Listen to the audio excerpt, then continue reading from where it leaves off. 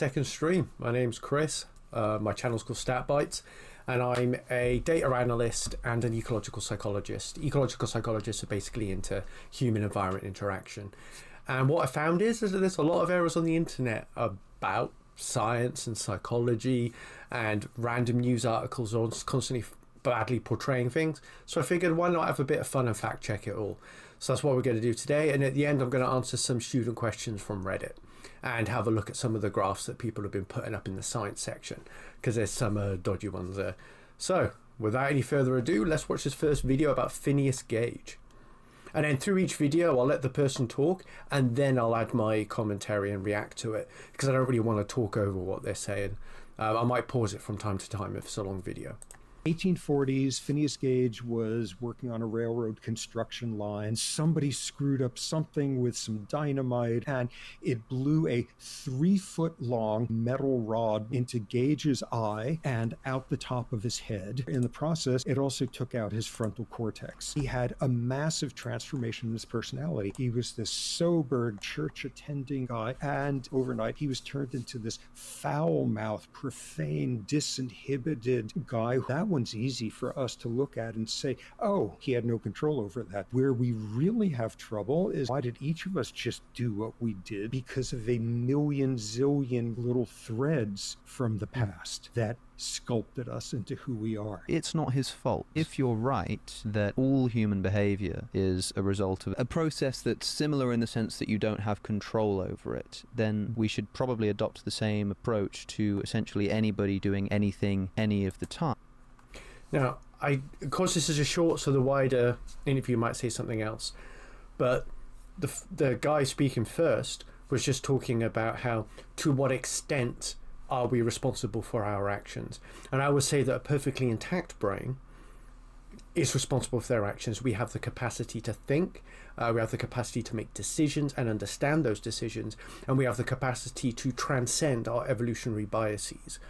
What somebody with damage to certain parts of the brain might have problems with is because that part of the brain doesn't function properly. Therefore, those connections, those messages that we'd usually get to other parts of the brain to help us make those decisions, they no longer function. And I've worked with people with a learning disability, with autism and or personality disorder, and a learning disability is a big problem with learning how to overcome learning how to adapt to changes and overcome behavioral problems, and then how to learn from experience.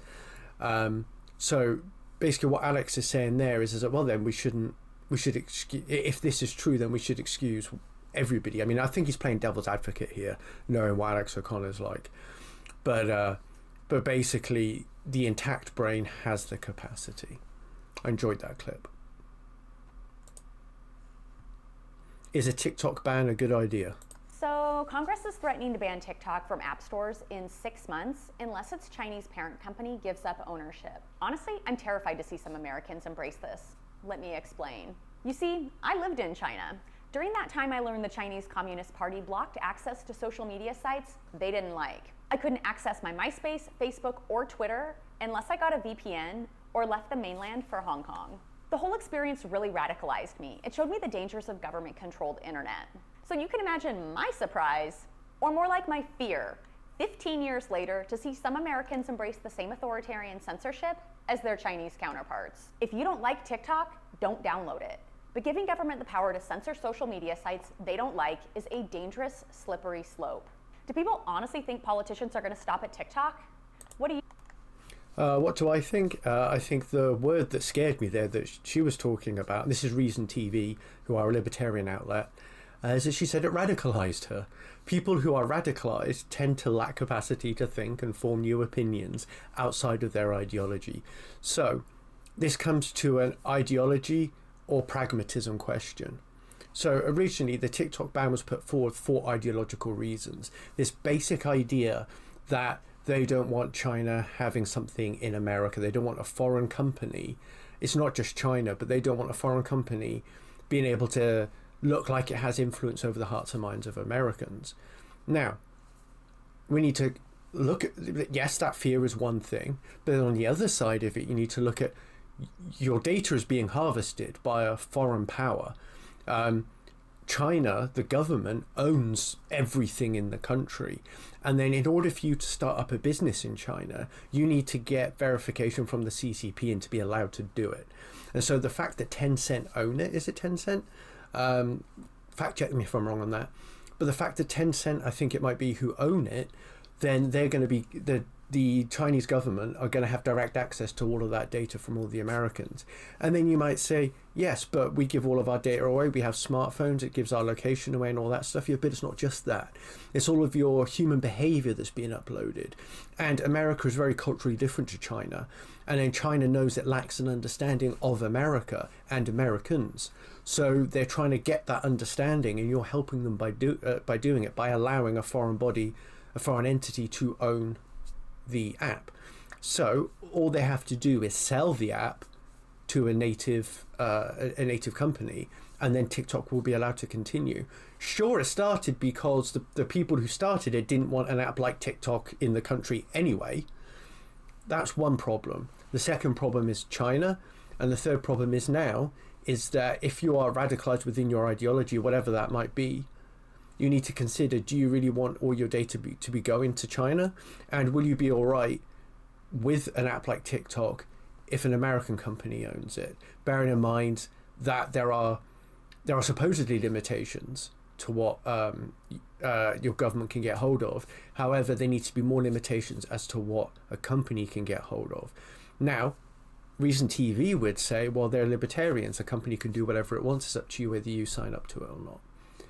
But this is where I think pragmatism wins over ideology. I'm a libertarian myself. In the UK, I'm called a Liberal Democrat. But I do think that you need some pragmatism with some of these things, and your ideology never, ever has all of the answers. Anyway, off the soapbox there. So I wanted to fact check one thing on this, which is about medieval life expectancy. The video is from Trust Me Bro, so if you want to go check it out, the video's called Historical Misconceptions You Probably Still Believe, but I'm only going to be fact checking one part about medieval life expectancy. Here we go. Misconception is that people only live to be like 30 in the Middle Ages. That's not true at all. It is an accurate statement to say the life expectancy was shorter in the Middle Ages, however, not nearly as much shorter as you may think. For example, a fully grown, healthy 21-year-old man in medieval times could be expected to live all the way to the age of 64, which isn't necessarily super old, but definitely not, dying in your 30s or 40s.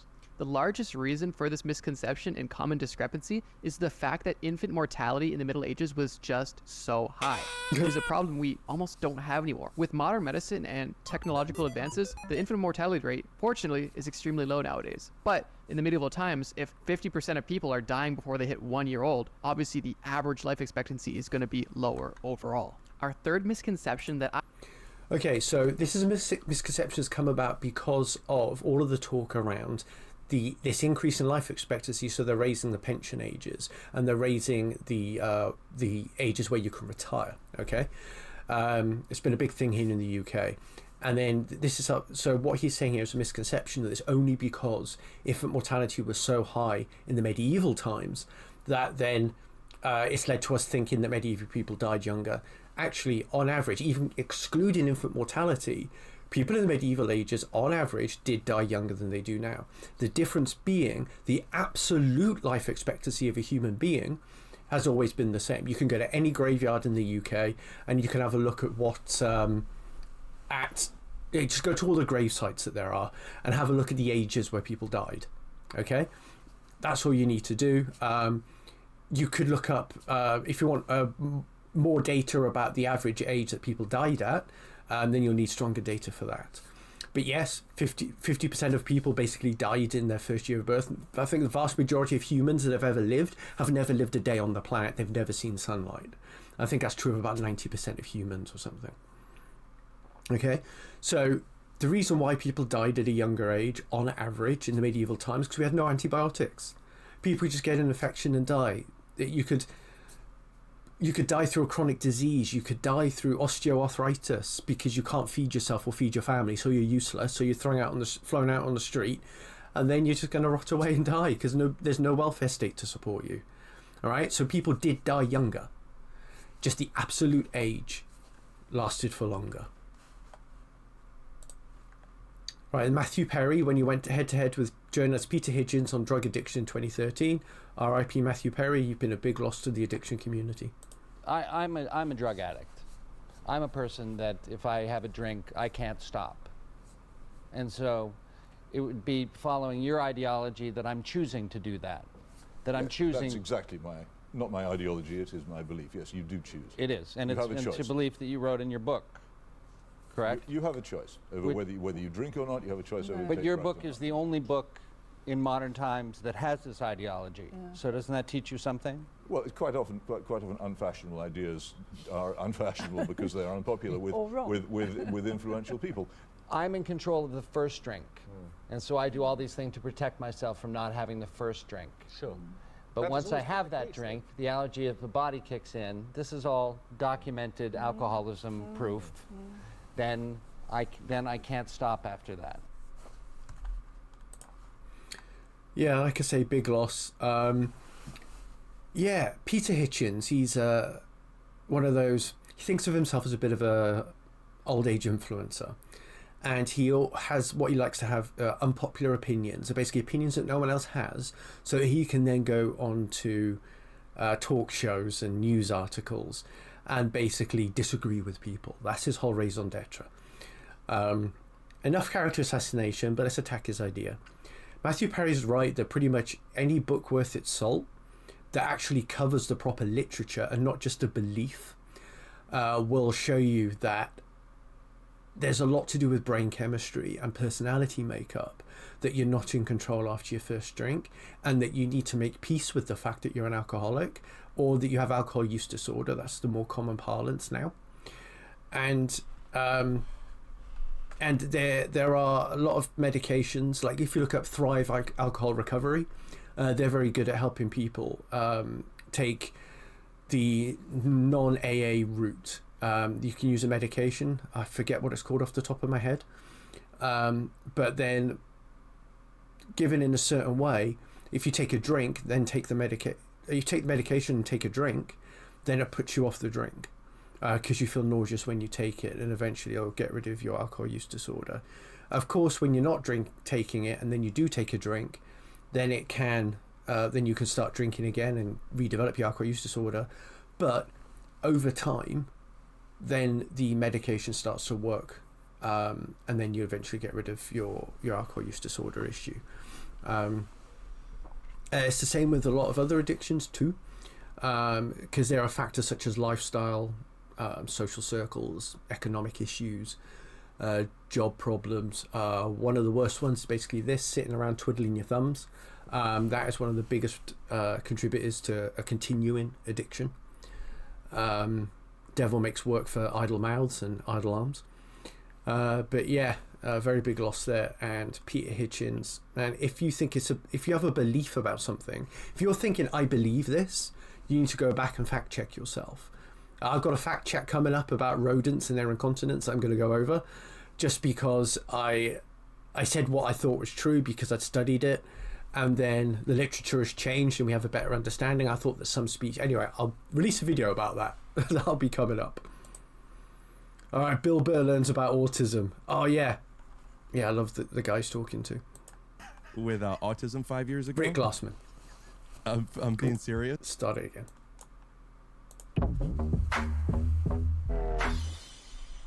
I might edit this out, but it's very relevant to things I've experienced in my past that's happening now. I think I will want to edit this out. You're an exotic dancer. I was diagnosed with autism 5 years ago. I'm being serious. I'm laughing seriously. That's fucking great. And I've developed a lot. Let's go to Vegas. We'll win a bunch of money.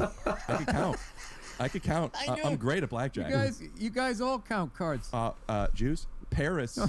You can't actually count cards anymore. I mean, you could, but you need to know how many decks they've got. And then the more decks that they have, I think like the usual is about 4. And so you have to have like a whole memory palace to count the deck. Memory palace is basically a way of imagining. So you develop a room in your mind, and then you might have like a lampshade or a book or a DVD, and then you say associate the lampshade with the ace of spades, and then the book with the ace of diamonds, and then the DVD with the ace of clubs, and then you imagine 4 stickers on each of them, one for each of the decks, and then every time one of the cards is played from a deck, so the ace of clubs comes out, then you remove that from the DVD, and then the ace of diamonds comes out, you remove that from the book, and then the ace of spades comes out, you remove that from the lampshade, and then eventually you'll know how many cards of each are in the deck, and then based on the probability you can then make a bet based on whether or not you think that this hand is going to be a good one based on what cards are left in the deck. And it's all probability based, and it's very hard to get ahead of the house on it. And then the more decks they have, the harder it is. Like I say, most casinos operate on 4 decks as far as I know. The Paris Casino is double deck. Paris Casino is double deck. It's well, there we go. fantastic. Double deck. I've been talking. My point of pride is I've been talked to by 2 different pit bosses about it. They go, "What's going on here?"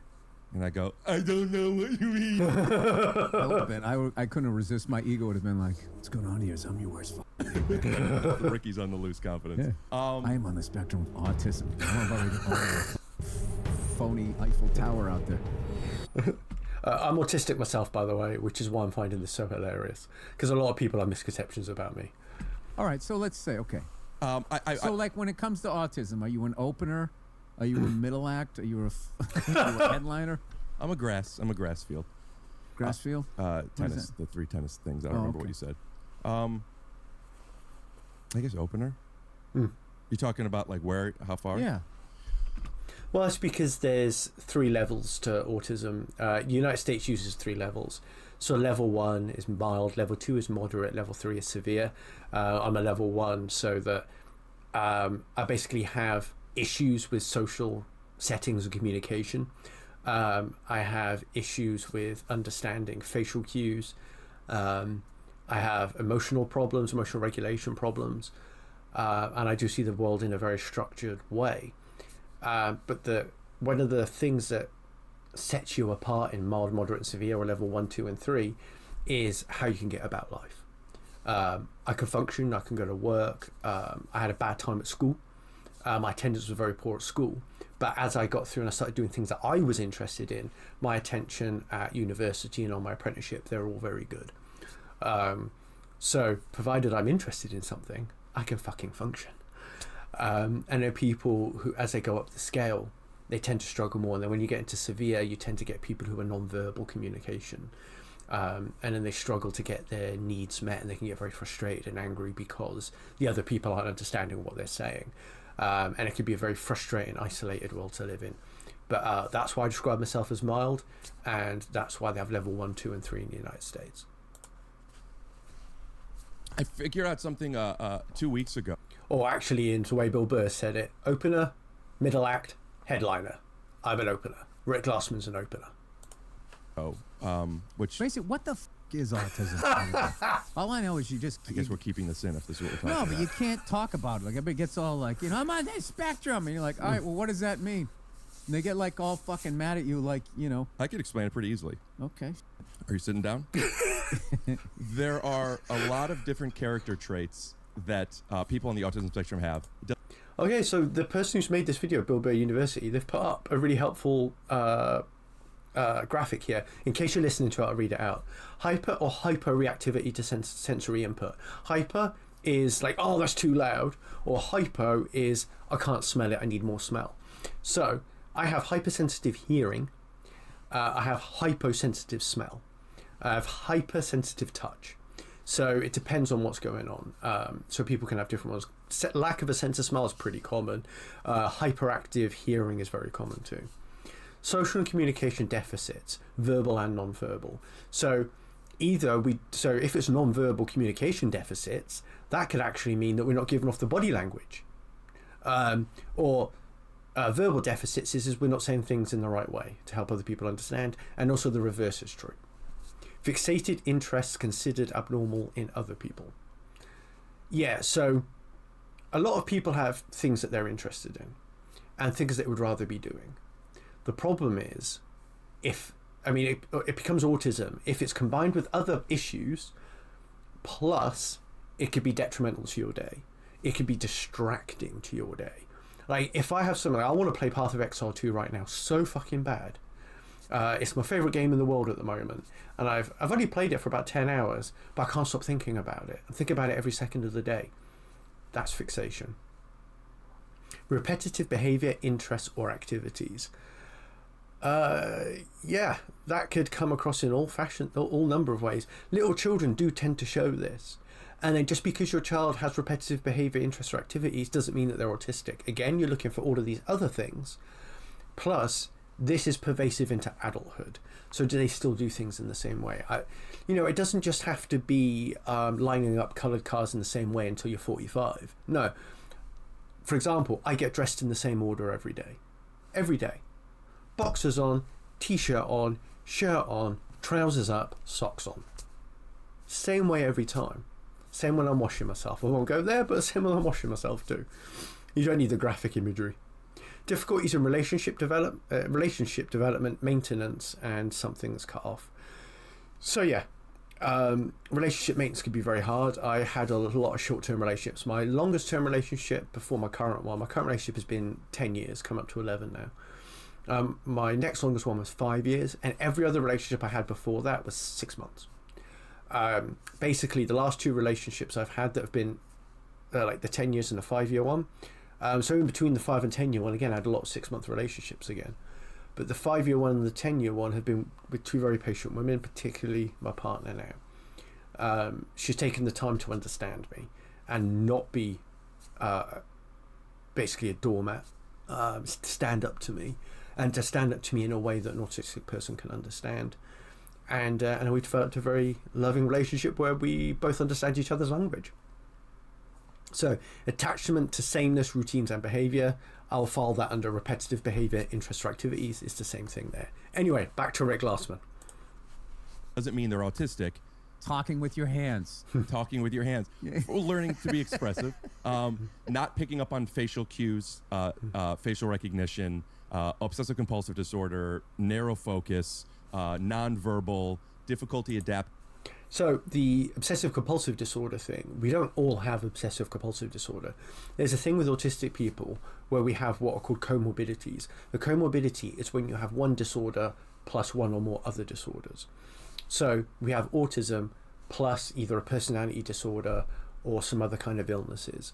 For example, a lot of autistic people get a lot of back problems that are really non-specific and don't come under any diagnostic criteria, but we all have some kind of back pain going on. Or we might get a lot of headaches for various unknown reasons. A lot of it's to do with stress or the endocrine system. And what you're saying there about OCD, some autistic people get OCD, some autistic people get ADHD or ADD, that sort of thing. And there is a lot of crossover between things like OCD, ADD, ADHD, and autism. To different situations, sensitive to sounds, smells. There's a whole bunch of things, right? And the idea of the spectrum isn't really, people think it's how far on the spectrum, how fucking autistic are you? Yeah. That's not what it means. How deep does it go? The spectrum is... how metal are you? Right. That's not how it works, though. Okay. Are you an 11? It is, to be diagnosed with autism, you have to have 4 or 5 of these traits that are on the autism spectrum at a certain level. Everybody You got to be the total package. Yes. Got to be the package. Yeah, you got to be not quadruple, not triple threat. No, what's 5? Quintuple. I know superfect is 4. So I don't know. I just know jazz drumming. Quintet. The quintet threat. Cinco. So probably something with an S. Siete.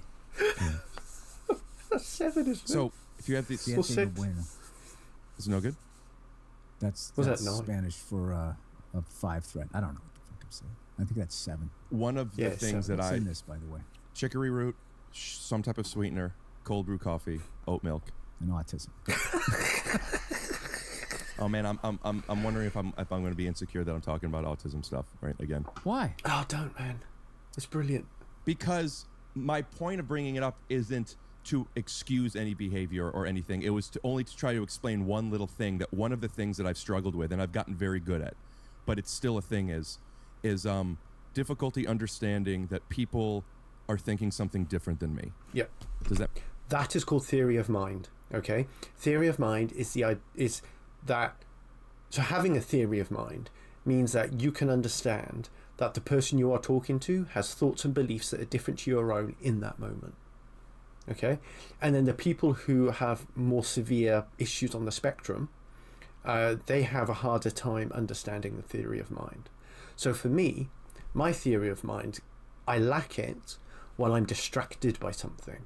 So I can either be distracted by explaining something, I could be distracted by listening to what someone's saying, and then I can have a whole bunch of thoughts about what they're saying, and then I will say the conclusion to the thoughts because I think they've shared my thought process. And it's not a conscious thought, I just assume it. And that is the theory of mind, and that's what he's talking about there. Makes sense. Anything I'm thinking... You're asking a comedian if I understand that. Of course I do. Yeah.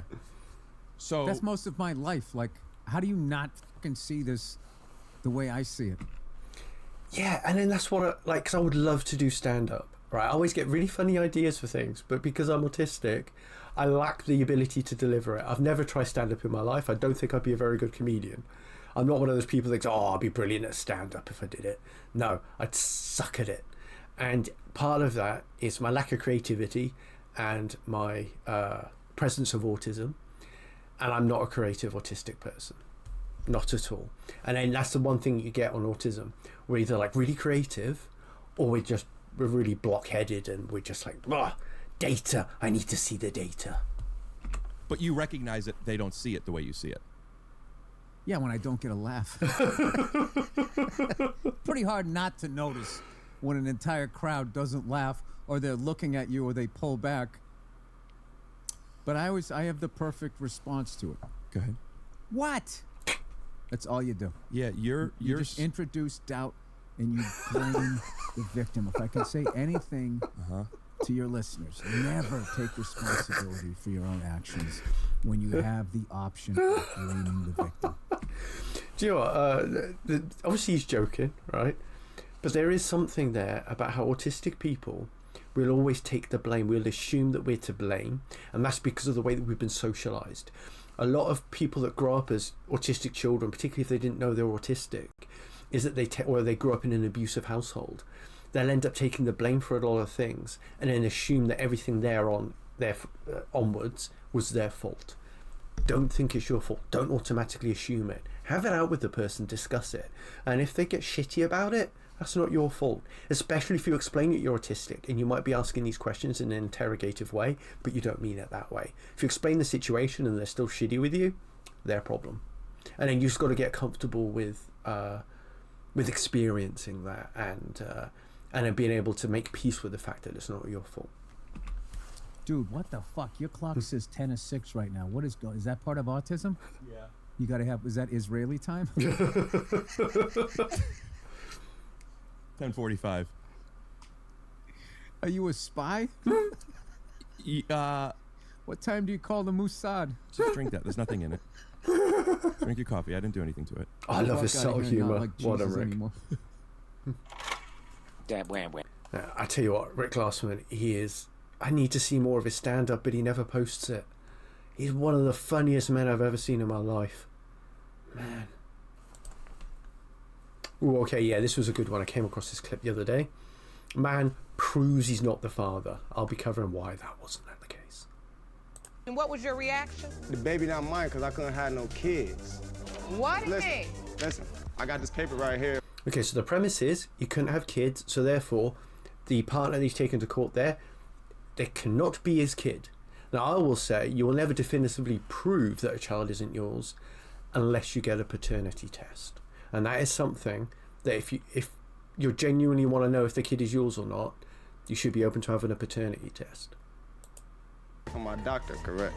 Jerome, may I see that, please? What is this paper stating? In 2009, I had surgery on my left testicle. It's called testicle contortion. What it is, boys like how they lay their body at nighttime when you shift. We have tubes inside our testicles that circulate blood flow. When I was asleep, I shifted my body one way, my testicle went one way, so my left testicle swelled up as the size of a softball. I got rushed to the hospital. When I made it to the hospital, the doctor just told me if I didn't come in just in the nick of time, I would have lost that testicle. So my sperm count was gonna be down. I probably couldn't have kids for a while. That was 2009. So testicular torsion. Yes, ma'am. And It requires emergency surgery. Yes, ma'am. You are correct. Blood flow cut off for too long, and it can cause the inability to father children. No. I can't believe the judge bought that, and that was such a bad interpretation of scientific and medical information. Okay? So yes, a testicular contortion means that the testicle basically spins around, and then when your testicles retract when the temperature changes, it can then get stuck because the tubes have become entangled, and then there's too much. They're too big now because they've become tangled to be retracted or to move back down, and then the blood gets stuck and everything goes bad, and then it swells up, and then if you don't go to the hospital to get it fixed, then you might need your testicle removed. Now, for a time, like the doctor said, you might not be able to father children because your sperm count will be down in that testicle. Okay, you have two testicles for a reason. Nature liked redundancy. And then so what it means is that, so the way the testicles work is that when you orgasm and then ejaculate, so when you orgasm, the sperm comes out of both testicles, they meet up in the middle where they mix with the seminal fluid, and then that's what comes out. Okay, I didn't mean to throw that at you. But that's what comes out then. And that comes out as a mixture. And then the reason why your sperm count will be down is because one of those testicles is either firing less sperm or no sperm.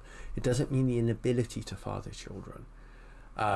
Some people can get pregnant really easily. Some people it can be harder. And it's combined with all sorts of other things like your position, what you freaking ate that day, how far your sperm shoots when you come.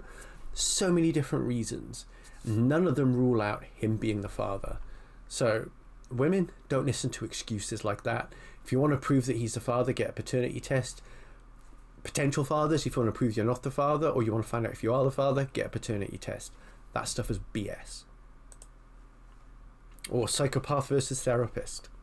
So, tell us how you do it. Well, I usually take them to a bar and get them extremely drunk. Then we go back to my apartment where I tie them up, strangle them, decapitate them with a hacksaw, cut off their genitals and throw in a pickle jar. Then afterwards I make hot chocolate and snuggle with a headless corpse while I watch reruns of Fresh Prince of Bel-Air. Wow, that's so horrendous. Yeah, it's sickening.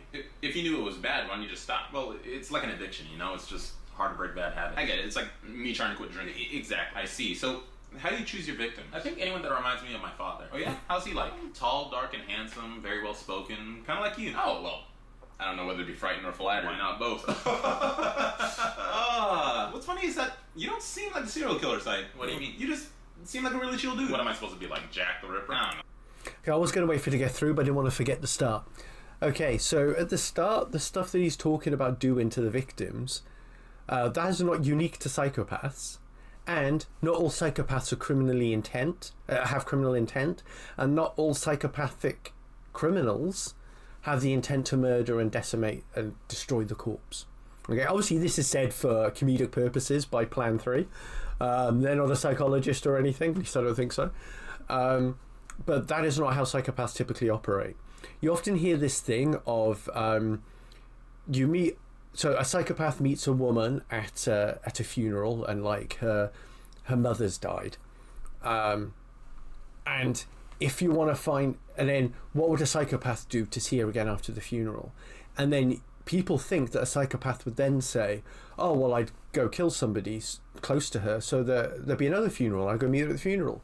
And it's like, no, that's not how a psychopath would plot and scheme their way in a way not to get caught, or try and find another roundabout way of getting into their life that doesn't involve the criminal intent, because they tend to be cleverer than that. You know, people also associate psychopaths with a high degree of Machiavellianism and charm. So why would they go off and commit crimes for something that's quite easy for them to do? They already know who she is. They've met her at a funeral. So they already know a bunch of people they can ask who she was and find a different way. So imagine that a psychopath will tend to look for the path of least resistance to get what they want. They're like electricity in that sense. They tend to kind of like follow these pathways around in a way that there's not all this blocked access to them. They'll just find, okay, this will get me what I want, then that'll get me what I want. And then, and then very few of them are actual criminals. There's a book called Snakes in Suits, And so in less than 1% of the population are psychopaths. All right. But they found that psychopaths were overrepresented in the CEO population, only at 2%, but 2% of corporate CEOs are psychopaths. That's more than double how many psychopaths there are in the general population.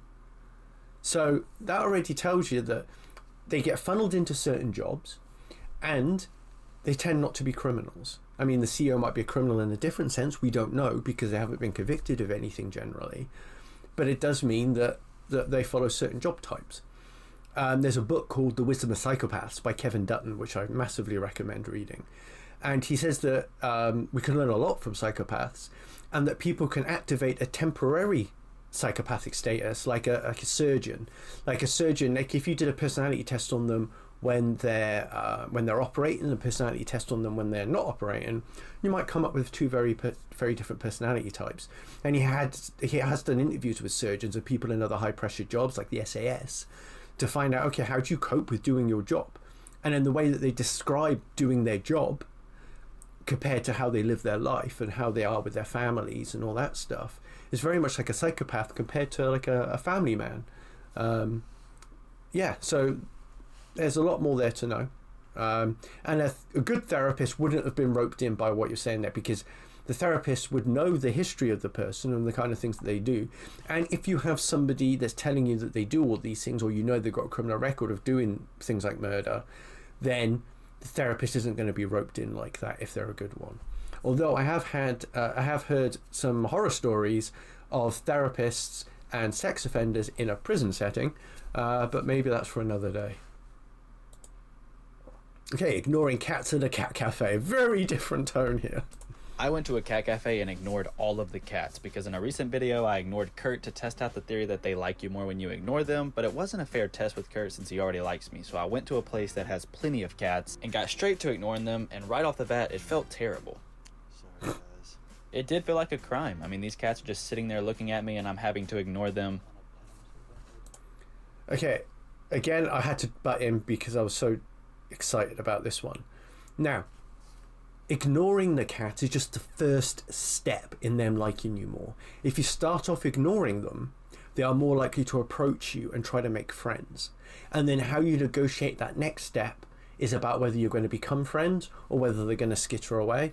And then them skittering away might just mean that they need to just go back and regroup and watch you again, and then they'll come back because now they know what to expect from you. Okay, so this grey cat I'm showing you here, that grey cat, she's perfectly happy as she is. The clip on the ear means that probably that she's been captured and spayed, and then so that's just know that the rescues know that they locally that they don't need to catch her again. But she's lying on her side, belly out, happy paws, and then that just means I'm happy where I am. Please don't touch me. We're chilling. This is great. I'm human adjacent. That's all I want in the world. Leave me the fuck alone. That's that cat. The other cat was this lovely black cat here, and I think he wants to make friends with the guy because he's standing in a more assertive position. He's sitting up.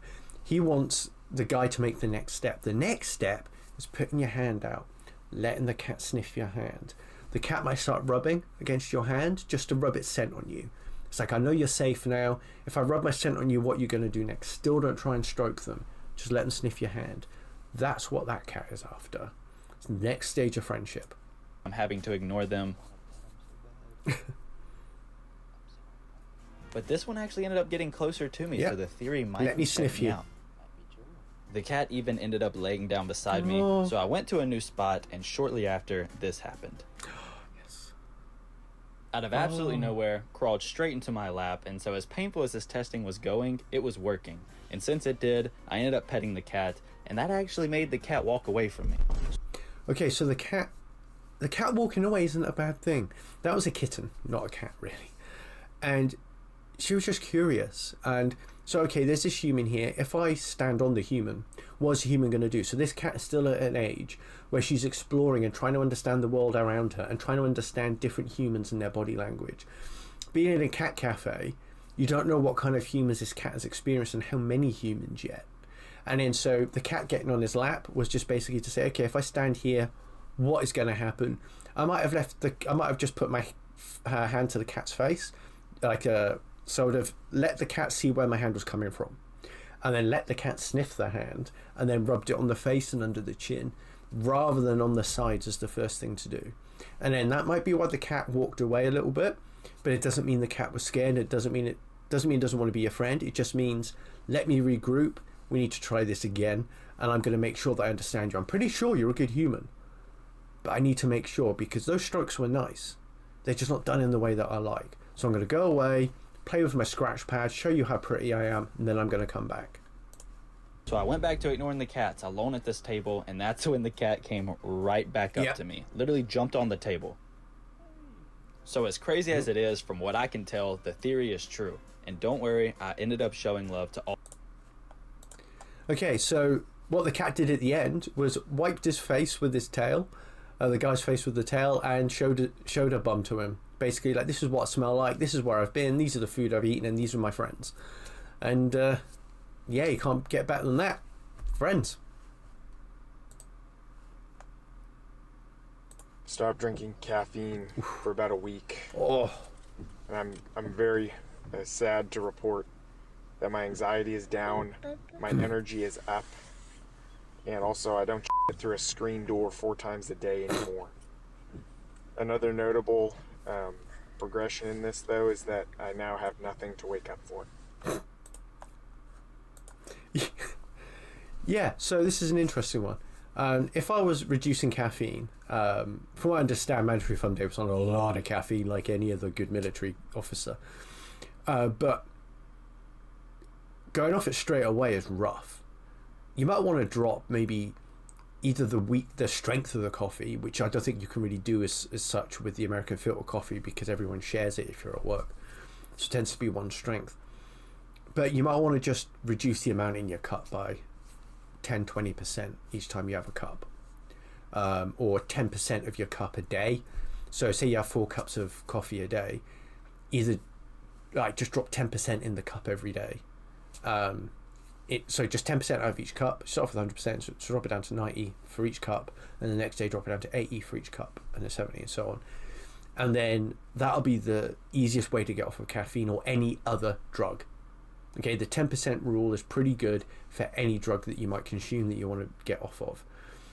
It's particularly good for alcohol. They tend to have a pretty good, if you don't have alcohol use disorder, and you can't use other drugs or anything, medication to get off of it, prescribed medication to get off of it, then dropping it by 10% a day or 10% a week tends to be a good way to do it. Caffeine is surprisingly difficult to get off of, and there could be a lot of side effects that people don't realize are going to be there. Things just like, getting the jits when you don't have the coffee, mood swings, emotional dysregulation. Some people even get the shits just from not drinking it. So it could be a rough come down, but well done for MandatoryFunDay for getting off of it and cold turkey. Ouch. Oh, okay. Walmart winds back DEI policies. Let's see what Sky News Australia has to say about it. Some good news. Should we dream for a moment that the woke mind virus might just be on its deathbed? According to Pew Research, 52% of American workers have been trained in diversity, equity and inclusion at a cost, can you believe it, of $8 billion a year to industry. But DEI policies, popularised in 2020 after the death of George Floyd, well, they're starting to be wound back as people get sick to death of being pitted against each other. Were they because of George Floyd? Well, I suppose he did say popularised. You have to be careful with journalists, though, because they say words like popularised, and they're trying to convey a different intent and meaning behind it. So they're trying to say that the George Floyd, like his death and then the subsequent riots, they're trying to conjure all those images and a pride of it and everything. All that stuff that followed that summer, they're trying to link that to DEI. Well, I'm pretty sure DEI was before. I remember it before that. And then a lot of corporations were already doing it. And I would be interested as well to know that when they say 52% of the workforce, what they need to do is break that down a little bit more. But what they're trying to convey is a certain type of intent behind it. They're trying to conjure up images of 52% of companies run DEI, when it doesn't mean that at all. You got to think of who the biggest employers are, and then think, okay, how much of a percent of the working population are they hiring? You know, corporations like McDonald's or Microsoft or Google. Are they the biggest hirers in the country? I don't know, because I'm not looking at the data right now. This is the job of the journalist, if they want to do a good job of explaining the information to you.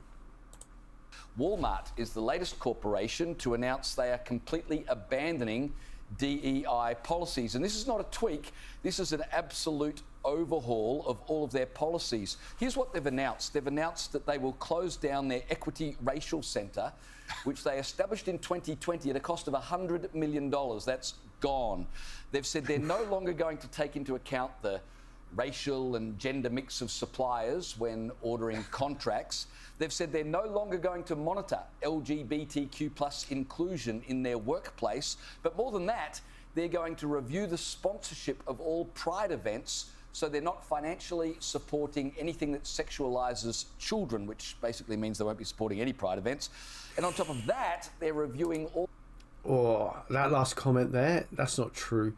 There were some Pride events that were showing off S&M bondage in front of children, and I agree that that is wrong. But to equate that to all Pride events doing that isn't true. There is actually quite a significant movement within Pride to stop what's happening in America. And bearing in mind, this is in the States, this isn't in other countries. Like, as far as I know, we haven't had this on any significant level in the UK. I have a friend who runs Pride events, and nothing has happened to her events like that. So, again, this is what we need to be careful of. We can't be equating what's happening in America to what's happening in our own countries. And then we need to take with a grain of salt the way that these journalists are saying things, and remember that when it influences your opinions later, you can't, because what he's done there is that he's anchored the statement with the last thing that he said before he moves on to a completely separate statement. The only thing you're going to remember is the anchoring of Pride with child abuse, which is pretty dangerous, because like I say, not all Pride events were doing that. It was a very it's been a very compartmentalized thing. All of their products and getting rid of anything that sexualizes or promotes trans and non-binary products to children. Now, bear in mind... And again, this is something that I find very difficult to personally get behind, when the entire fashion industry, I look at Balenciaga, has been caught sexualizing children. I remember seeing, like, my sister had a skirt when she was like 12, and in the skirt on the back said "don't touch." I had a hissy fit about it, and then my parents laughed. They thought I was just being stupid. And I'm like, you're sexualizing your 12-year-old daughter. What do you think you're doing? You know? I was in my 20s at the time, and I saw it very differently.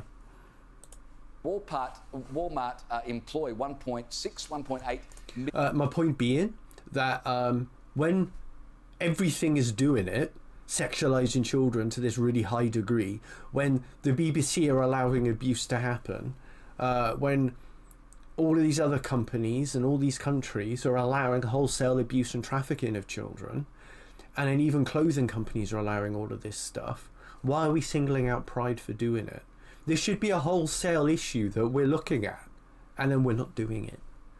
So this is why I think that when I hear reports like this, that's what I'm questioning. Where is your intent coming from?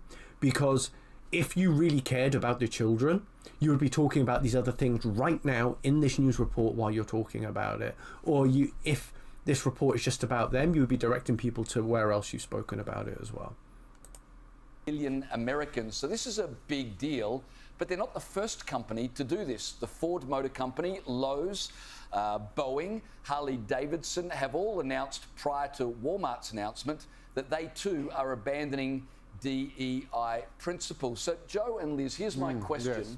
Is this because of Trump, or was this already happening and Trump kind of tapped into a groundswell that existed already and is growing stronger, not just in America, but maybe here in Australia as well? Dare we dream? I think this was definitely already happening as these companies just came to bear with what they were actually doing and going, what are we getting out of this? It's certainly not floating with our base. On top of the companies that you've already listed, there's John Deere, Tractor Supply.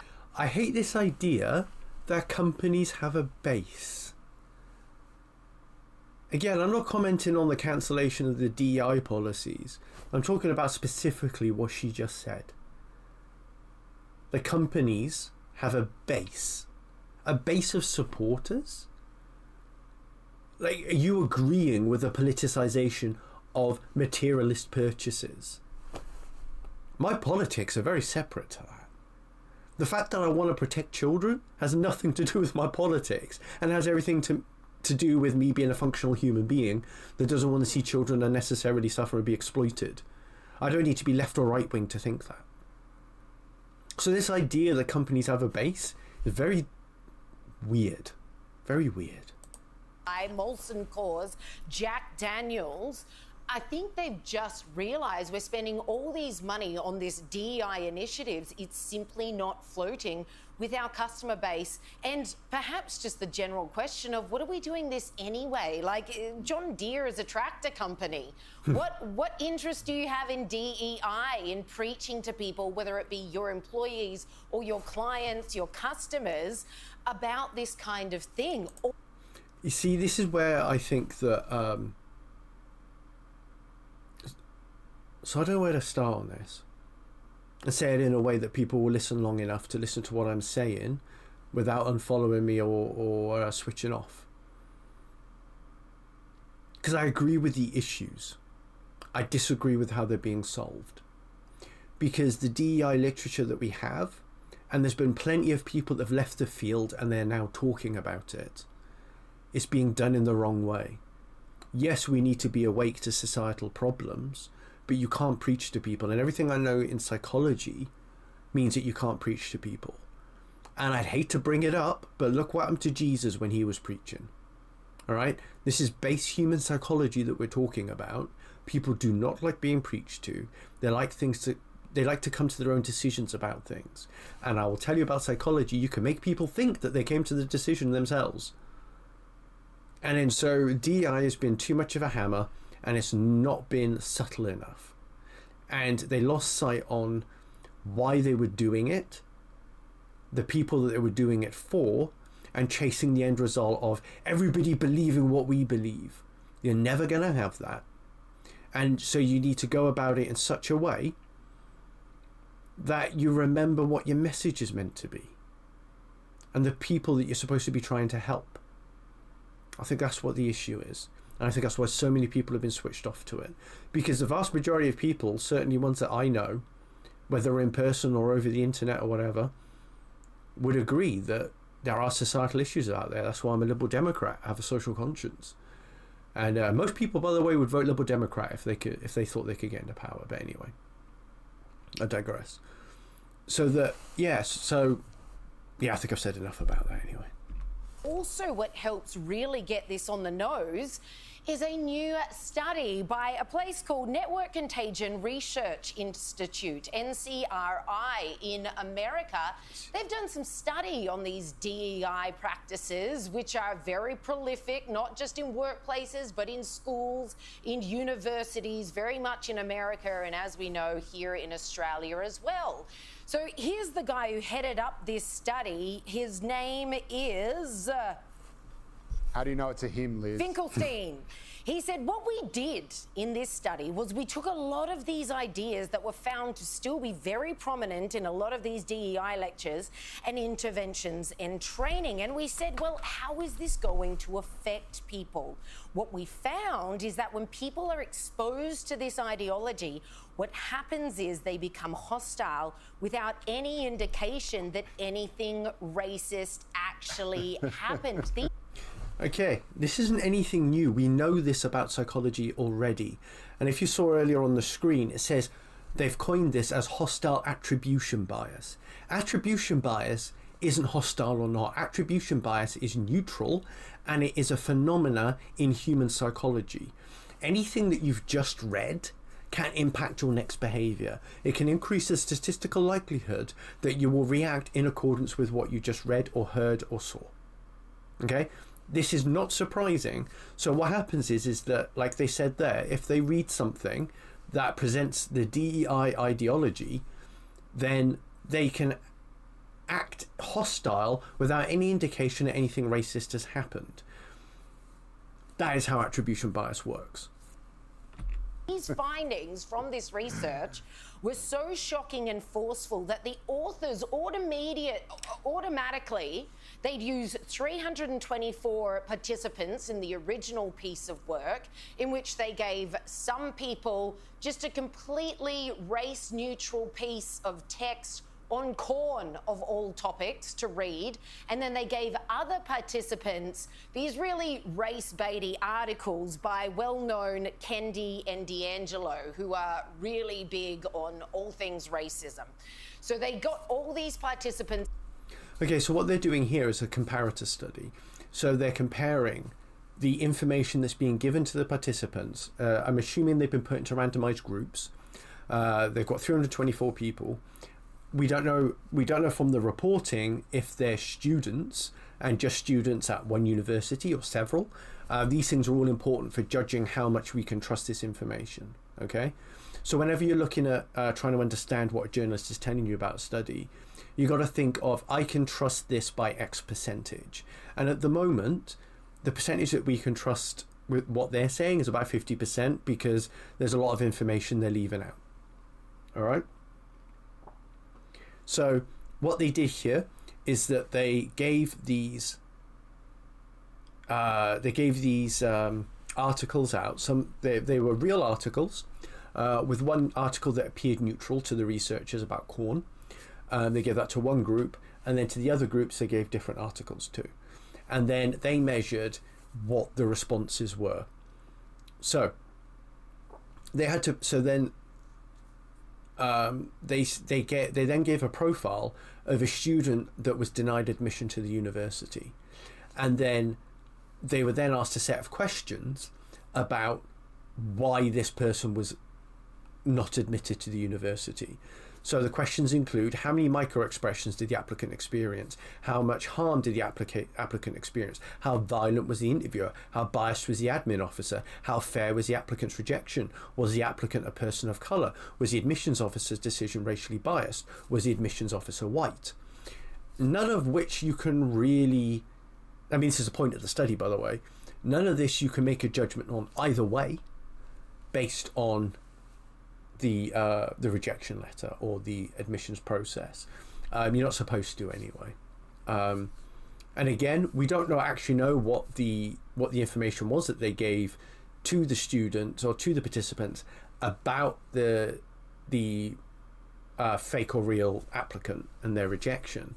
Again, this is why how much we can trust it. I've just dropped how much we can trust it to about 40%, because we don't know what information was given about the applicant. Together, and then they gave them a completely race-neutral scenario in which a student is rejected from college, and they asked for these people's responses. Well, the research was absolutely comprehensive. Again, no discussion of statistical values. No, because there's always a percentage chance that it can be due to chance that that the participants that are there were just like a random selection. It's just chance that we got those results. We need to have a 95% certainty that it wasn't due to chance, which leaves a 5% or less probability that it is due to chance, basically, afterwards. So you're looking at between less than 1 to 5% chance in every study less than 1% to 5% probability in every study that those results are due to chance, and that is considered an acceptable acceptable chance, acceptable level of probability. The implications of these findings can simply not be downplayed. The research clearly showed that instead of achieving equality, dismantling systemic oppression, which is what all these DEI tick boxes are supposed to be doing, they may well, in fact, be deepening divisions and this cultural resentment between races. So well done to all the corporations spending $8 billion a year.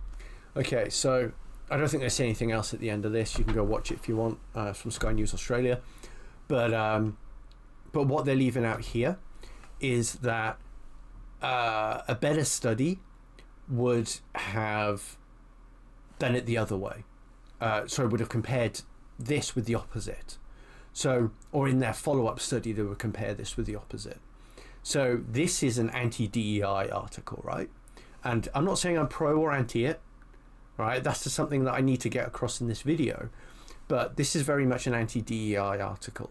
Now, you're being primed by this, and then if you go and read, if you do the same study, and then get everybody to watch this, and then read a rejection where somebody was clearly racist, you're more likely to say, oh, my hypothesis would be that you're more likely to say that that it wasn't due to racism when there was clearly racism in the rejection. All right, if I made one up. So you need to have a comparison study just to show that you need to show that the attribution bias that they're showing here doesn't work both ways in order to show that DEI is bad and evil, needs to be expunged from society. This isn't enough evidence on its own to suggest what the news anchor there is saying. Anyway, we'll leave that one there, I think. Okay, how you make predictions. How about the Simpsons keep calling Predicting it everything. They predicted the Apple Vision Pro. There's an old Simpsons episode where people are walking around with those goggles and they're falling into manholes, and now you're seeing people out there in the street swiping things and moving away and wearing these goggles on the street. I can't believe they got Trump on the escalator, though. That, to me, is one of the craziest ones, when they got him riding the escalator down like he did in that one moment where I think he had just declared for the presidency, and he kind of rode this elevator down. Yeah, how did the And they'd Simpsons had do that that? Here it is. Yeah. Look at this. They literally had Trump waving. It's the same photo. It's so crazy. God, that's so nuts. No, Joe Rogan, that is not nuts. Simpsons makes a gajillion predictions, or rather, they show a whole bunch of things that throughout. How many seasons has it been going? Like 25 years, 30 years? And then you think about during all of that time, all of the episodes that they have, you're not even remembering it. Somebody has dug up the clip and then compared it to something that exists in the world now, not 20 years ago, and showing that, like, oh, look, these things are happening. All that's happening is that the people that make The Simpsons are really good at social observation. Sci-fi writers are the same thing. Did you know in Germany there is the military have a department that combs through science fiction literature just to try and find out, okay, what's going to happen in the next 50 to 100 years. Because sci-fi authors have a really good, when you aggregate out all the sci-fi authors in any current era, they're really good at projecting what's going to happen in the next era, or like in the next 50, within the next 50 years. In terms of the goggles predicting Apple, well, it's not really predicting Apple, because with the Apple goggles, you can see where you're going. But then in the Simpsons one, they couldn't, because back in the day, that's what they were predicting that goggles would look like. If they were predicting VR goggles that were the Apple ones, then I would expect much more similarity. But back then, generic VR goggles were predicted to look that way, and there's plenty of media at the time that that's what was going to happen. And then with Trump on the elevator, Trump goes down that elevator all the time, for one thing, with all his big announcements and everything. And then secondly, out of all of the, say, ridiculous notions of a celebrity becoming president, Trump was A, the most ridiculous, and B, the most likely. So again, it depends on how close it was to Trump being elected that they put that up. Like if it's 2012, was it after the correspondence dinner where they took the piss out of him? You need to look at when these predictions were made and correlate them with everything that's going on at the time to find out, did they predict this, or it's not really Nostradamus, is it? It's not really that the Eastern European old lady that passed away like years ago, is it? Like, she's in the news a lot with her predictions. So yeah, they're getting this the wrong way around. Oh, and another similar one. Okay, so this clip is looking at Red Hot Chili Peppers lyrics and people saying that this predicted the future. Does anybody really listen to the words of the Red Hot Chili Peppers song Californication, considering that it was written almost 25 years ago? Psychic spies from China try to steal your mind's elation. That isn't to do with them now, because remember, psychic spies, there was a lot of stuff about that in the 90s, particularly because of the rumours around MK Ultra and things like that, that maybe China has its own comparison, and then China's the growing threat, you know, because all the stuff that there's now geopolitically was predicted back in the 80s and 90s. And then psychic spies from China kind of flows better than psychic spies from Russia. And nobody claimed there were psychic spies in Russia, I don't think. Anyway. And little girls from Sweden dream of silver screen quotation. Ingrid Bergman, perhaps. Not, what's her face? I've forgotten her name. And also, that has nothing to do with silver screen quotations. Because silver screen is movies, isn't it? Or is it TV? But either way, you're getting the prediction the wrong way around. The thing happened. Californication is a commentary on current times. At the time, in 1999.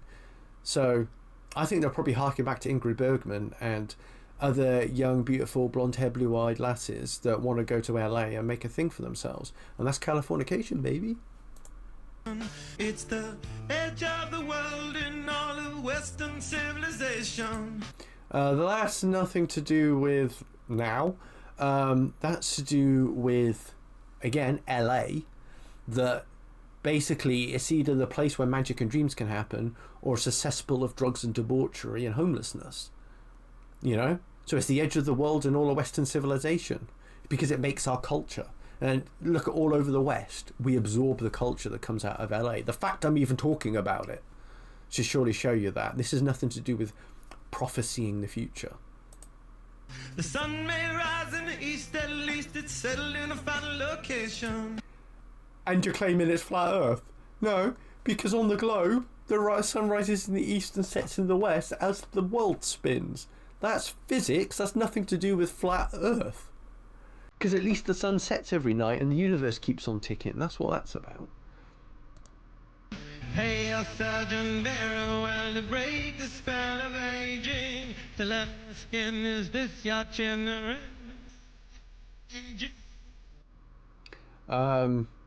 Plastic surgery has been going on for a very long time. Very long time. Decades. I don't think that is anything new there, and it's not prophesying the Kardashians, mate. Space may be the final frontier. Space may be the final frontier, but it's made in a Hollywood basement. Just because they practice in the pool doesn't mean that they... I'm not even going to get into the moon landing, mate. Okay, guys, I haven't got enough time for that tonight. We've already been on for an hour and 10 minutes, but that is just bloody ridiculous. I'm not even going to go there. Go and now Californication. I was almost expecting them then to say that Alderaan actually isn't that far away, and like we're not actually in a galaxy far, far away, and Star Wars is a documentary. Wonder if that's what they meant. I doubt it. Born and raised by those that praise control of population.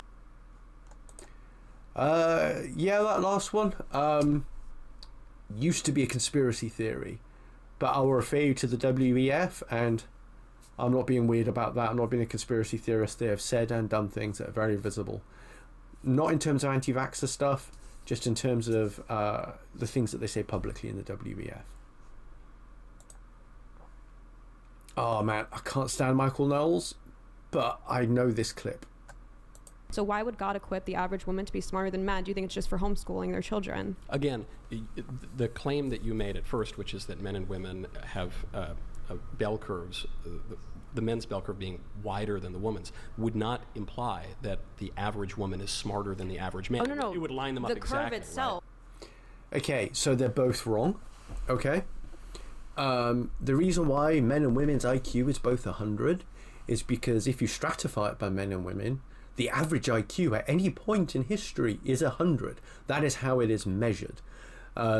So they'll take a sample of people, the average result there, your IQ is 100. That could mean that your IQ might shift over time, whether the population is getting cleverer or the population is getting less clever. Then your average will always be 100. Now, what the wider bell curve for the men means, because the women have a shorter bell curve, that means that more women hover around the 100 mark. They have a more stable IQ rating than the men do. So you get more men than women have a below average IQ as it goes down, and then more men than women have a higher than average IQ. Women are more likely to be around like the, what's it say on the graph, 95 or 90 to 110, and then more men are likely to go down like from less than 90 to higher than 110. That's how that works. So men are more likely to be highly clever or highly dumb. It is what it is, but that does show you that one of the possible reasons why women have a higher educational attainment is due to their personality makeup, it's due to their temperament, it's due to their social upbringing, it's due to the way that women prioritize things, and it's due to this natural propensity to have like that IQ in that solid range in the middle, where more of them are like that, which means at any one time more of them have a higher educational attainment, and less women are dropping off because they're either too clever or aren't able to achieve at school. Anyway, we don't need to listen to the rest of that. Right, hot military girls on TikTok. I know what this is about. Let's watch the whole thing. Have you heard the military stuff on TikTok? Like a bunch of hot girls, and they're kind of like dancing in like the barracks, glamorizing military life. But they're not ads, but they're not. It looks like a fake base or something. They're all kind of dancing on it. If this is combat and we want to get better people in the military, I guess. It brings up a good point. I think you're giving the military way too much credit. But unfortunately, the leadership over there just is not that intelligent. It's been a minute since I've been in there. Yeah. Maybe things have changed. Okay, so this is a real thing. I would, because we don't know for sure whether it is really a psyop, I would say it's at least an unofficial psyop, and it's probably been a really good idea by some people on individual military bases. Because as far as I know, these women are all serving military personnel. Israel does this big time. And the reason why I'll tell you it's a good idea is because men think with their willies, don't they? I'm using a polite word there because I don't know the censorship on Twitch yet and YouTube. So basically, men think with their genitalia, and if you want to get a man to do something, show him a hot woman, or show him a woman. Like, we don't have to specify hotness here. Men will do almost anything for either somebody that they want or somebody that they love and care for. And showing them that there are women in the military will go a long way to getting men to join up, and will go a long way to getting men fit enough to join up, just for the chance of meeting women. It doesn't have to be a creepy thing.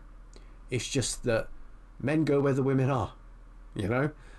We do have evolutionary drives. Like, I do think, as I've explained on this channel before, I think that we need to be moving above our evolutionary biases, because we've reached a level of consciousness and self-awareness, which means that we can think, okay, they want me to do that, and I'm inclined to want to do it because they're showing me hot women. But why are they really wanting me to do that? Maybe I should go research it.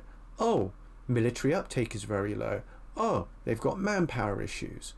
Oh, they're really worried about the future. Okay, might that be why they're showing me hot women? How many women are actually in the army? You know? And even though female recruitment is rising year on year, as far as I know, at least as a percentage of total recruits, then the situation is getting better, but how good is it in reality? And as I say, Israel, they're very good at their psyops, and they've been going all out with that. Debunking astrology and horoscopes with the comedian Gianmarco Soresi. Okay, this is nearly a 3-minute clip. I'm going to let him run through it, and then I'll explain a study which happened with horoscopes. It's very hard to argue with my girlfriend because she's much more articulate. What'd you say? What's my sign? What's my sign? I don't believe in that shit. Okay, let me tell you.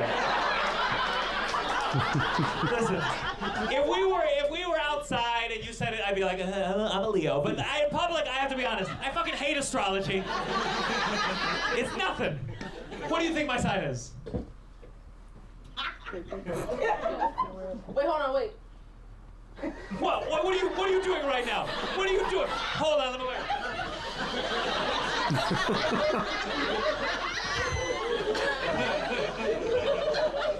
What are you waiting for? Are you a Taurus?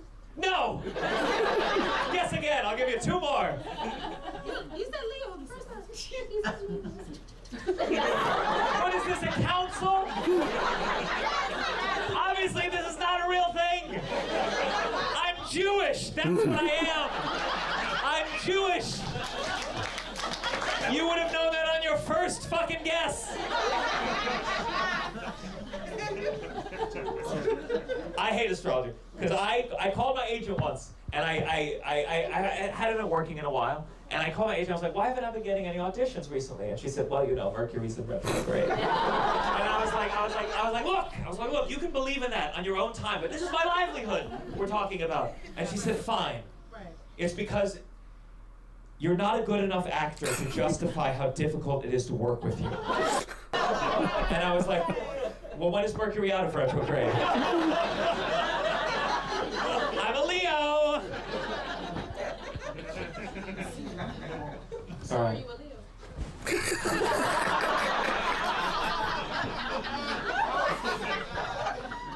If I was a Leo, what does that mean to you?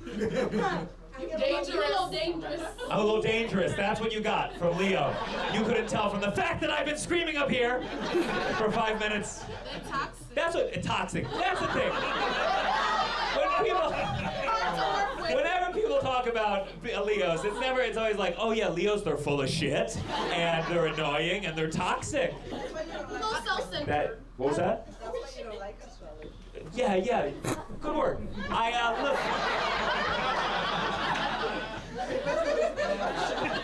This astrology, it's gotta go. It's gotta go. Astrology makes me want the old religions to make a comeback, you know? Because at least when you tell someone you're born in August, they're not like, oh, you're a Muslim.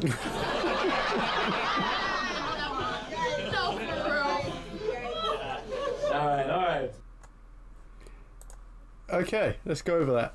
So there was a study that was done where they gave out a bunch of horoscopes to people. They asked everybody what their star sign was, and they gave them out the horoscopes. And the people read them. They're like, oh my God, this is so me. I fulfill this criteria and everything. So they were asked which criteria of the horoscope, of the, sorry, it wasn't a horoscope, it was a personality test based on their star sign. And Darren Brown actually recreated this. Darren Brown, not Darren, Darren Brown recreated this. And it's really hard to find the original study. I haven't been able to track it down. But you can watch what Darren Brown did recreating it, and he does it so well. So it asked people to fill out a personality test and asked what the star sign was. And then they gave them a bespoke... No, wait, start that again. They didn't give them the personality test. They asked what the star sign was, and then they gave them a personality readout based on their star sign alone. And then the people read them like, oh my God, this is so me, and they ticked off all the things that they thought were them and how well the horoscope had done. Anyway, fucking turns out that they'd given the same piece of paper to all the star signs. So it was all the same personality readout regardless of what star sign you were, yet they think, oh, I'm a Taurus, oh, I'm a Libra, oh, I'm a Leo, and these bits fulfill it. All people did was ignored the bits that they don't think applies to them and only paid attention to the bits that frickin' do. How incredible is that? Yep, horoscopes are a bunch of BS. I do not believe in them. And I also don't think that the scientific evidence supports them. Right, turn my volume back down. Right, and the worst thing you can say to somebody from Triggernometry and Konstantin Kizin.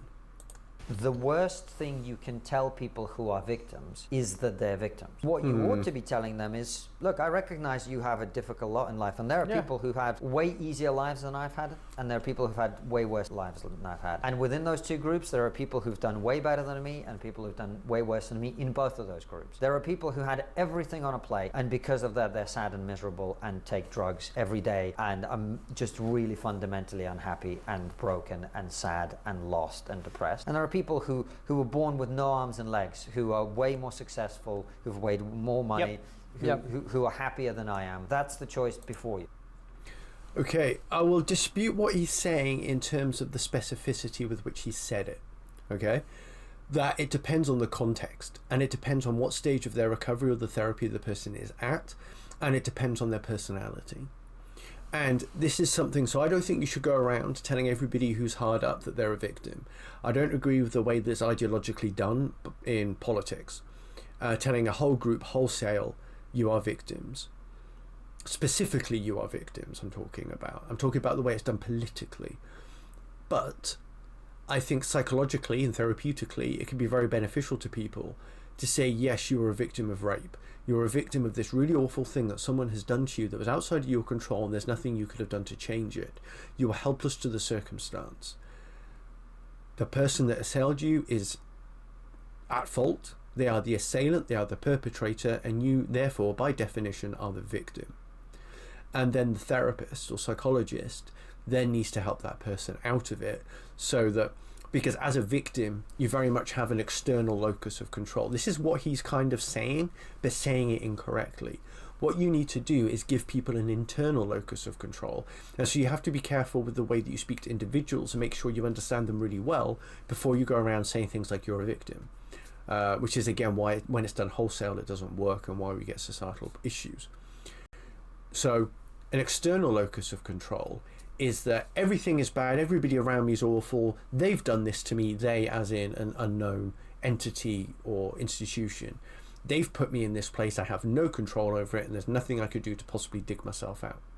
An internal locus of control is someone who is like, okay, I'm in control of my destiny, things that are bad that happen to me are my fault, and I can dig my way out of them. And then so what you really need is a very context-dependent, nuanced understanding of your own understanding of your locus of control and where you need to place it at any given time. Generally speaking, an internal locus of control is better and more favourable. But depending on what's happened to you at certain points in your life, you don't want to have it all of the time.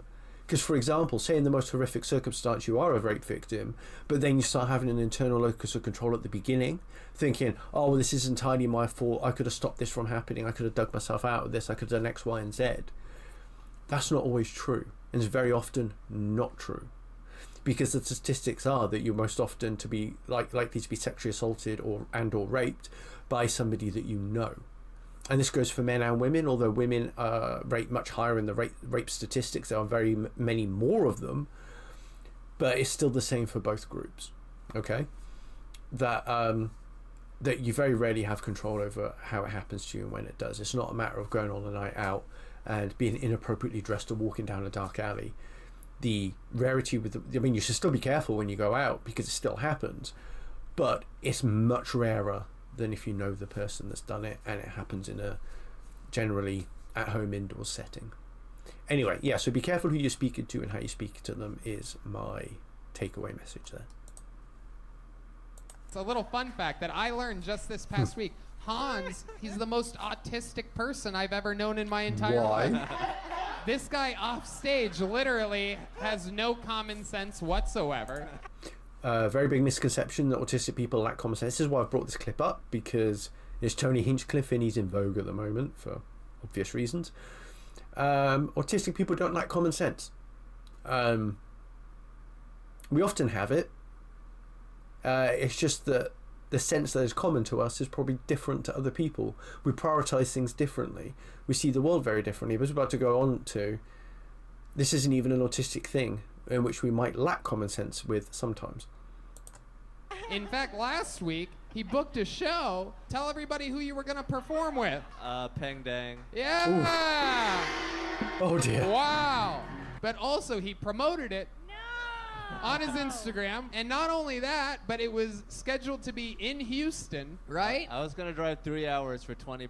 $20. That was the next thing. I was excited to reveal that, but $20. We would have paid you $20 not to have I done gave that. him $100 to never fucking speak of it again. I mean, it is kind of rich coming from Tony Hinchcliffe to tell somebody not to perform with Peng Dang because Peng Dang said something that was considered racist. And then what Tony Hinchcliffe said was also considered racist. Bear in mind, I'm not coming down either side on here. That's not my job on this channel. My job is just reporting on what's happened and to kind of dissect it and elaborate on it. But what Hans Kim is instancing there is not autism. It is a lack of judgment. Very different things. Autistic people can lack judgment, but it depends on the individual. But that doesn't make him autistic. Right, so we're going to go for a Jordan Peterson clip. The reason I want to cover this one is because I think that the guy he's talking to doesn't really understand, because it's part of his Daily Wire era, which I don't agree with. And the guy he's talking to has misunderstood the Beauty and the Beast and the bad guy thing, and about bad guys getting laid. At some point, every young man realizes nasty guys get more sex, and they realize that people who push women around can be very successful. And you have to say to yourself, well, is that who I want to be? What the psychopaths and narcissists, the Machiavellians, and even the sadists do, the men, the false confidence of the narcissist is a mimicry of competence. And that can be put on very early. And young women are particularly susceptible to that camouflage. And that partly accounts for the differential success of bad boys, let's say. Now, it's partly because the women are looking for the beast that can be turned into the ally. It's not easy for them to distinguish the beast who is beast right to the bloody core and should be stayed away from in every possible way from the potentially redeemable, Philip Marlowe. Yeah, so in this instance, Jordan Peterson's actually correct in what he's talking about. Because if you listen, he is choosing his words very carefully. But the issue is with what the other guy was saying. That that men see what's happening with the nasty guys getting sex and then interpreting that as the Beauty and the Beast scenario, because that's what the conversation's about. And the way that what the men are also susceptible to what Jordan Peterson's talking about, and that's what gets missed, okay, is that young men are susceptible to what the narcissists and the Machiavellians and the sadists are doing, because they tend to, and the psychopaths, is because they present as very charming and capable and competent, and they can swoon people, and then it works on the men just as well as the women, and the men also don't see the mistreatment of the women. If they saw the way that the sadists sexually beat up the women, or if they saw the way that the Machiavellians emotionally abuse them and manipulate them, or the way that the narcissists put themselves first, or the way that the psychopaths just contort and just destroy every aspect of your fucking being until there's nothing but a black hole left of your personality. If the men saw that, then they probably wouldn't want to do that either. That's all I'll say there. Now, on this one, after this now, we're going to go over to Reddit, and I'm going to read some of the support for students on here and look at some of the graphs that some people have put up. So here, Shorten Y Sherbet 4124 says, I think I messed up. I submitted an assignment a month ago. I think you probably should have sorted this out before you submitted it a month ago. I mean, if you've already made the mistake that we're about to go into, fine, that could be rectified, but then you should contact the module coordinator. A lot of universities have online resources now, and you should access that and talk to the tutor first. That would be my first port of call every time. I got so deep into reading that I didn't leave enough time for writing, so I essentially ended up handing in an essay with no conclusion or bibliography. At the time, I figured I messed up. That was the time I was allotted. I failed to get it done on time, and so I would leave my grade up to fate. But now I'm thinking I should have emailed my lecturer the bibliography, and you don't need to do that. You just should have emailed your lecturer and asked what to do about it, and then they could have made suggestions based on what their institutional policies are. Worried I would be reprimanded. either fail and have to resit in summer, missing my graduation, or be given consequences for plagiarism. Does anybody know what may happen? Thanks. Okay, if this is a UK university, no, you will not be failed for that. I have marked at several UK universities, and I have taught all the way from secondary school. No, so I've taught all the way from college up to master's level. All right, so I've taught from 16 plus up to master's. And I've never once failed a student for missing a section on their essay. All right, you will lose marks for it, and your failure, if you fail it, will become from the strength of the rest of your essay. If the rest of your essay is strong, you can still get a high enough mark that you will still pass. All right. You say you've got no conclusion. Like, do you mean like a concluding paragraph? Because you might find that you might have said enough in the essay to actually be given that mark. All right. Given consequences for plagiarism, in the sense that if you don't do in-text citations, but sorry, if like he said below, he did. We'll read the replies in a minute. He did in-text citations. He just didn't put in the bibliography. Now, plagiarism comes in if you don't do in-text citations, or if you put in a full quotation and don't give the page number and in-text citation to say who did the quote. Or if you copy and paste a lot of things without giving quotations to show that you copy and pasted it. Now, if you copy and paste and quote too much, then yes, you will be failed just because you didn't say anything yourself. So this gets very complicated. So somebody said here, probably a top 1% commenter, probably be failed and have to resubmit. No, not in a UK university. May be true in America. This person, Dream of Dandelions, answered it. Well, this will depend on university's policy, but be surprised if they took any disciplinary action, and obviously for an obviously unfinished essay, as long as there's an attempt to reference in text, blah blah blah. Yeah, either way, emailing your lecturer your bibliography probably wouldn't have done anything. We're not allowed to take that kind of, this is actually a lecturer, we're not allowed to take that kind of extra material provided after deadline into account, because that's the whole point of a deadline. Excellent reply. Yes, ease their nerves. Excellent.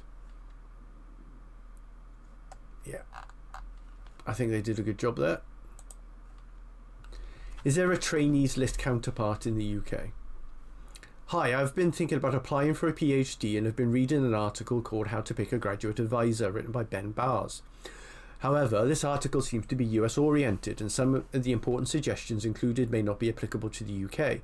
It mentions that it's important to get a trainees list of a potential supervisor, like a list of previous PhD supervisees. My question is there anything comparable in the UK, and is it polite to ask potential supervisors for this? Okay, the best way to do it, yes, there's not a trainees list in the UK. So you can usually find what their interests are by going to their staff page, and it will list on there what their interests are in. You don't need to find their trainees list. You just need to then contact them and ask them if they're interested on taking on a new PhD student in this area, and write a brief abstract about what you want to study and why. That is all you need to do. You just need to do the legwork within your industry that you want to work in, or the area you want to work in, and then just type in I don't know, the theory of affordances, if that's what you're interested in, by Gibson, and then look for researchers that are either into ecological psychology or the theory of affordances, and then see what supervisors are taking that on. I will actually write these things in the comments, by the way. What field to go into? Okay, I mean, year 11, 9s in everything. I don't know what that means these days. I did GCSEs, I didn't do what they got now. So we had grades A to U as unclassified. I'm in year 11 and I'm 9s in everything, and I was going to take biology, chemistry, physics and maths, or maybe drop physics for further maths. But right now I've got a lot of stress as I don't know what to do for a job when I'm older. I'm really bad with choices, so I was wondering what you guys thought. Okay, I think that actually those are bloody good choices if you're hedging your bets and you don't know what to do when you're older. So what this lad is wanting to do, or lass, I don't actually know. Yeah, they didn't specify gender.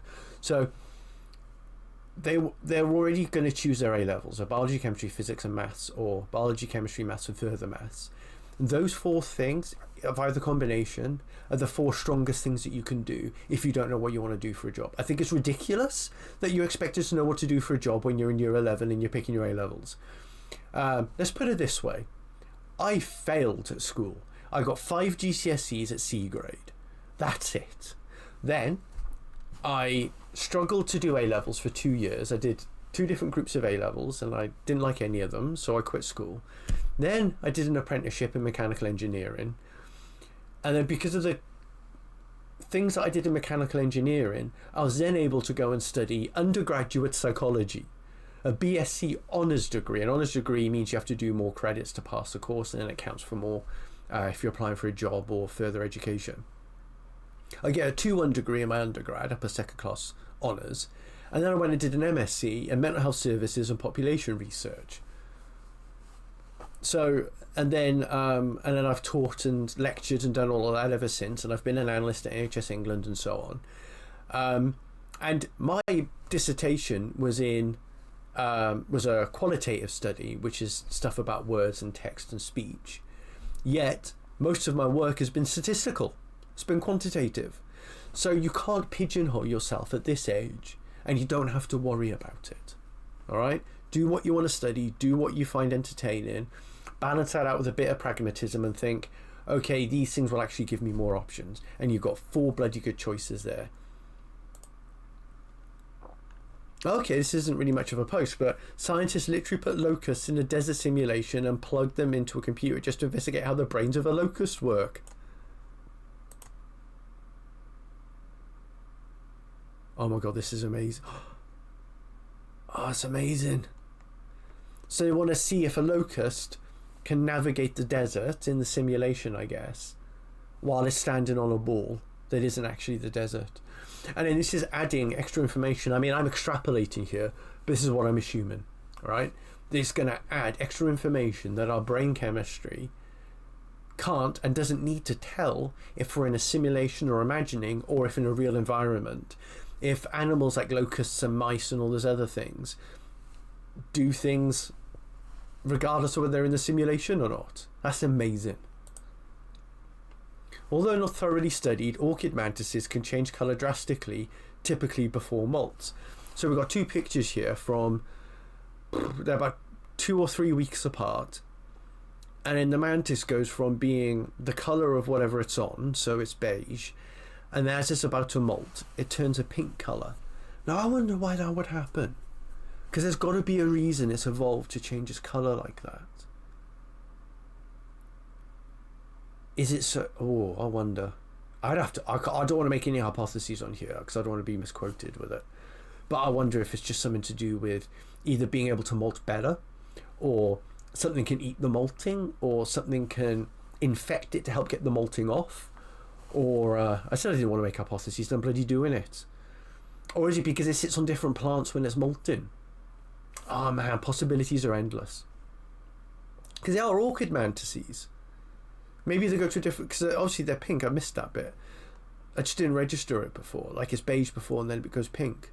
Maybe it sits on a different, yeah, it could sit on a different part of the plant when it's about to molt, and maybe it gets more nutrition from there in order to have the molting process happen.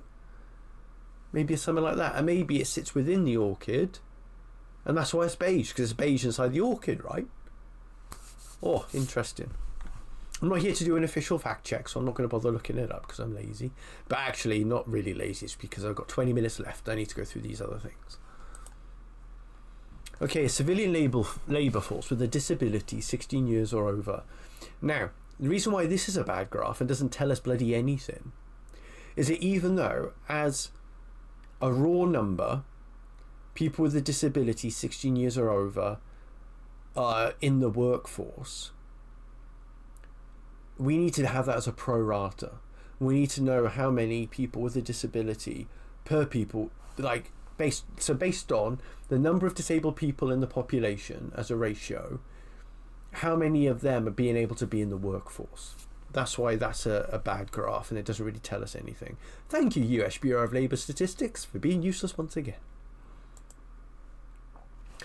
Prevalence of obesity versus total health expenditure 95 to 2022 in the US and all other countries. Right, why this is a bad graph is because it doesn't tell us what all the other countries are. And it doesn't tell us how those other countries are being stored. That's just a mess, isn't it? Total health expenditure per capita. Prevalence of obesity. So what it tells us alone is that the health expenditure per capita, based on the percentage of obese people, it's been going up, but we don't know. We just, like, that's a correlation, right? We don't know if it's because of the obesity that's why it's rising.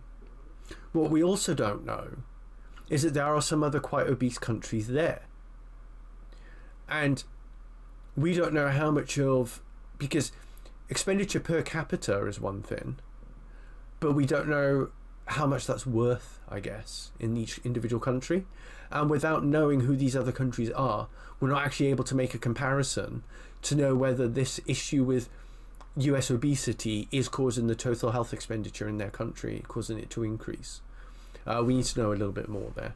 An almost useful graph. It's very close. Needs some changes. Percentage of population in each state that is uninsured in the non-elderly population. Wow, 21% in Texas are uninsured in the non-elderly population. Okay, for one thing, we need to change that to non-elderly and non-children. So we need it in the economically contributing population, or the potentially economically contributing population. So it needs to be 18 and over, ideally. 18 to 64. And we need to know the relationship between their earnings or earning potential and their chance of being uninsured, or the actual number of them being uninsured compared to their earning potential. That will give us a lot more to go on, because it would tell us the relationship between how much in general people in the state earn, we need to know how much the healthcare costs in each state as well, and who the big providers are. This is why in population research you need more clarity, and we need a lot more information in these things. Graphs like this alone don't tell you anything, and that's why they tend to become part of fuller reports, or why you need to compile fuller reports rather than just giving a little thing here, and then people will be making all sorts of conclusions you can't make.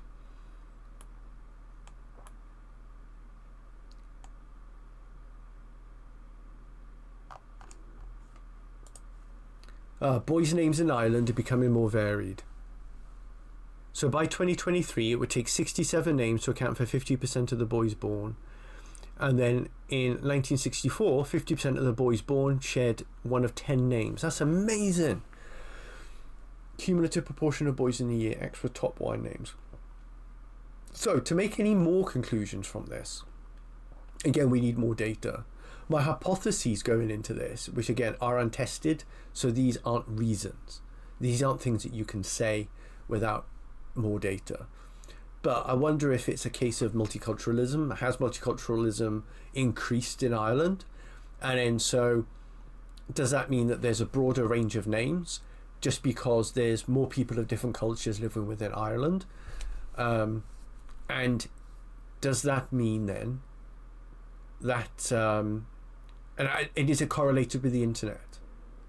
So because more of us are experiencing pop culture more. Think of how many more people have the internet now than they did back in 1964, and how many more people have international television now compared to 1964. Back in 1964 they had 3 channels, let alone the 4 when I grew up. I think at one point they even only had 2. So yeah, so I would think that multiculturalism and the internet are 2 of the biggest things there. And that's me now. That's me done for today. I'm knackered after that. This fact-checking and thinking and elaboration stuff is really tiring. I'd have liked to have done a bit better of a job on some of those clips, but trying to paste this, and it's just lessons I think I'm learning, is trying to paste the clips and knowing how much detail to go into in a way that's entertaining for the audience. Because sometimes I can go into more detail, but it's too dry. Or I could go into more detail, but I need to do a live fact check on it, and I feel like that would be boring for people. So if you are seeing this, just go if you're uploading it, if you're watching on my YouTube channel, just hit me up in the comments and say, look, these bits are interesting, these bits are boring. That would really help me. And the same thing is if you're ever on Twitch and the chat's open, it should be open. Just let me know on there, and then I'll take everything under advisement as long as there's a good reason for it and you're not being a dick. Anyway, catch you later, and thanks for joining me if any of you did.